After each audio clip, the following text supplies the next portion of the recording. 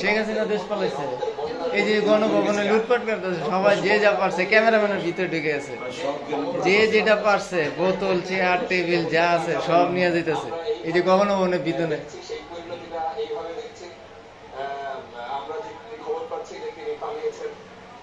কিছুক্ষণ পর হয়তো আমরা সেনা প্রধানের বক্তব্য থেকে আমরা জানতে পারবো যে পরবর্তী ঘোষণা কি আসবে, সেই জন্য আমরা অপেক্ষা করছি।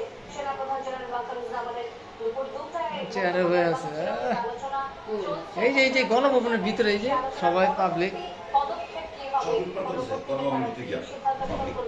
ওরাই বলতেছে যে রাজা বাক্সি যেরকম পালাইছিল তখন শ্রীলঙ্কা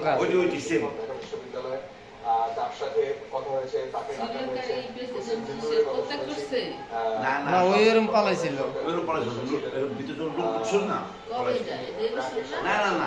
আরো 2-3 বছর আগে।